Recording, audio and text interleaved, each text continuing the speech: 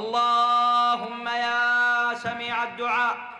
يا مجيب النداء يا رب الأرض والسماء يا قريبا ليس ببعيد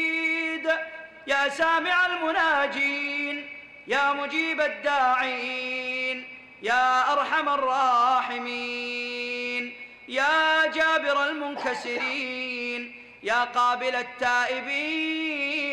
يا أنيس العابدين يا إله الأولين والآخرين يا عظيم الشان يا علي المكان يا سامعنا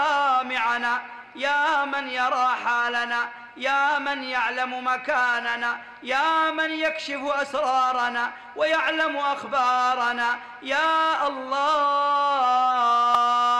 القلوب إليك مفضية والسر عندك علانية الحلال ما أحللت والحرام ما حرمت إلهنا ومولانا انقطع بنا الطريق وأغلق في وجوهنا الباب إلهنا وسيدنا الذنب كبير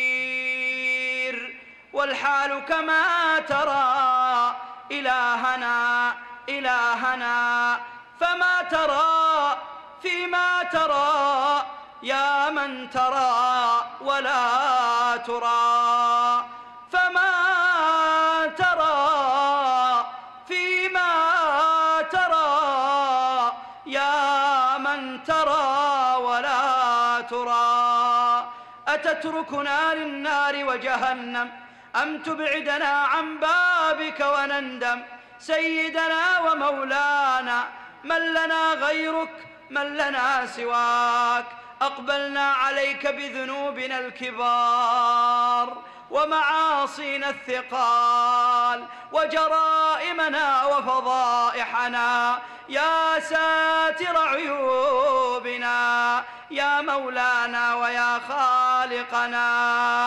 يا مولانا ويا خالقنا اقذف في قلوبنا أنوار الهداية اقذف في قلوبنا أنوار الهداية هيا هبها لنا هيا أعطنا إياها هيا أنزلها علينا ننتظرها يا الله ننتظرها يا الله قادر أن تهبنا قبل أن نخفض أيدينا إلهنا نريد الهدى لترضى عنا نريد الوصول إليك فلا تحرمنا اللهم يسر لنا طريق الهداية وأبعد عنا الغواية واجعلنا من أوليائك واكتبنا مع أحبابك واذكرنا عند جبرائيل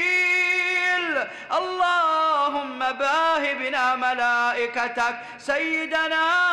هب لنا منك رحمة لا نعذب بعدها أبدا اللهم قربنا قربا لا نبعد بعده أبدا سيدنا جلسنا نعظمك ونمدحك ونكبرك ذكرناك فوق الفرش فاذكرنا عند من تحت العرش يا سميع الدعاء يا مجيب النداء يا رب الأرض والسماء نسألك يا الله ألا نقوم من هذا المقام إلا وقد أعتقت رقابنا من النار وحرمت جلودنا على النار وكتبت أسماءنا في الفردوس الأعلى إلهنا اجمعنا ووالدينا وأهل بيوتنا في فردوسك الأعلى يا الله إن لنا إخوانا وأحبابا ضلوا عن الهداية يعيشون في ركسة الغواية اللهم اقذف في قلوبهم الهداية اللهم ائتنا بهم اللهم يا رب إن لنا إخوانا كانوا معنا فانتكسوا عن طريقنا، اللهم ردهم إلينا واجمعنا بهم في ظل عرشك يوم القيامة. إلهنا وسيدنا ومولانا، ارض عنا والدينا وكن عنا وعنهم راضيا. من كان منهم حيا فألبس لباس التقوى والعافية، ومن كان منهم ميتا فوسع قبره وارفع درجته وارحم حاله، واجمعنا بهم في جنات النعيم. ربنا وسيدنا ومولانا، هذا الدعاء ومنك الإجابة، وإنك على كل شيء قدير. وصلى الله وسلم وبارك على نبينا محمد.